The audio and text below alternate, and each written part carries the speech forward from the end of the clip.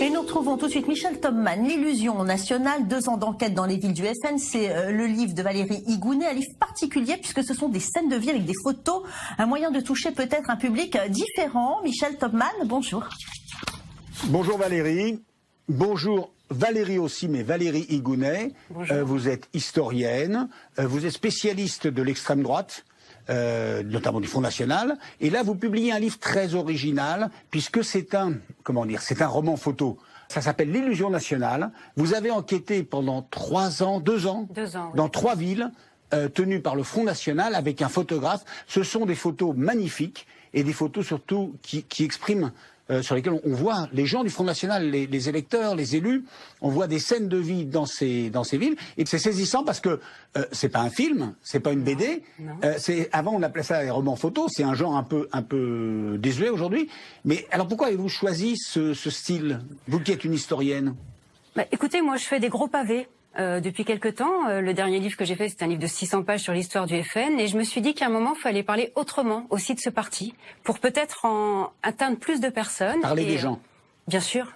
Alors il y avait déjà la forme du texte, la forme narrative, et aussi s'adresser à d'autres personnes que le lectorat classique, le lectorat scientifique. Et de fil en aiguille, j'ai rencontré Vincent Jarousseau. On a fait une première publication, oui, bien sûr, dans la revue 21. Et c'est Patrick de Saint-Exupéry qui nous a proposé cette forme de roman photo.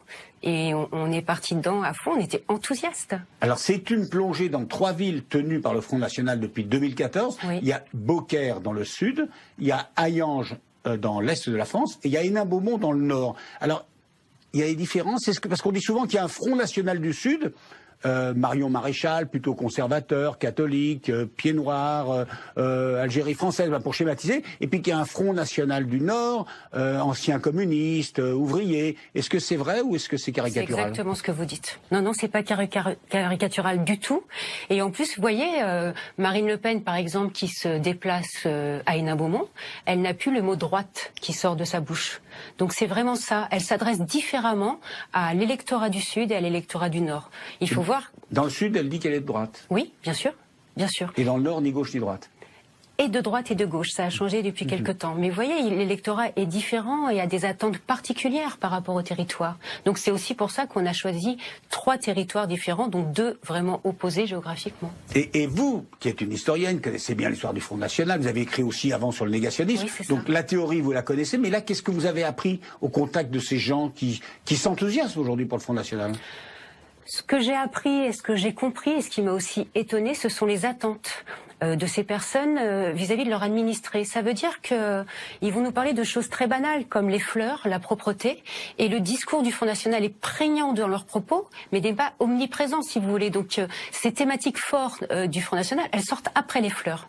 Et ce qu'ils attendent aussi, c'est une reconnaissance. Ça veut dire qu'ils nous ont bien expliqué, presque chacun, que quand on leur serre la main et qu'on les appelle par leur prénom, c'est très important pour eux. Qu'on veut transmettre aussi à travers ce livre, et c'est pour ça qu'il s'appelle aussi l'illusion, c'est leur désillusion totale vis-à-vis des partis politiques traditionnels. On sait que le Front National est xénophobe, anti-islamiste. Est-ce qu'on peut dire qu'ils sont aussi antisémites? Ou est-ce que c'est un thème qui a été, maintenant, qui appartient au passé pour le Front National? Moi qui ai travaillé sur l'histoire du Front National de Jean-Marie Le Pen, on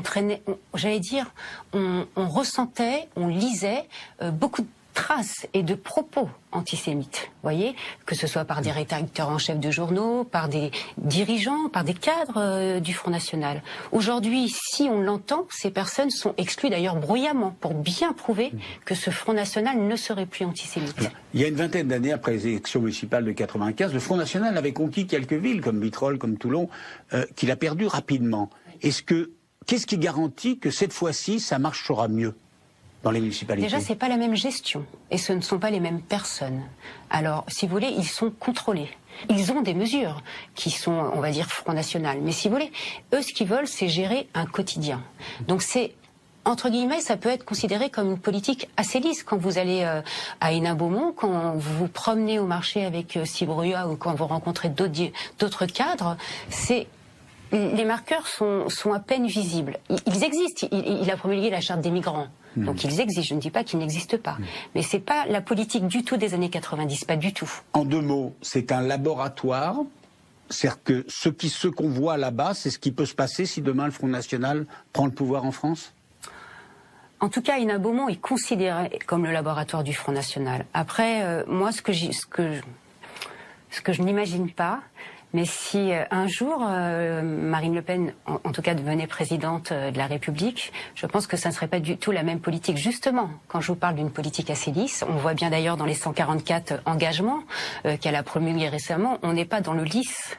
On est dans ce que ce parti d'extrême droite est, avec toutes ces thématiques, avant tout ce nationalisme et cette xénophobie qui est avancée, qui n'est pas cachée. Donc rendez-vous le 23 avril pour le résultat du premier tour et peut-être le 7 mai pour le deuxième tour de l'élection présidentielle. Merci Valérie Higounet. Merci. À bientôt Valérie Pérez. Merci Michel Topman.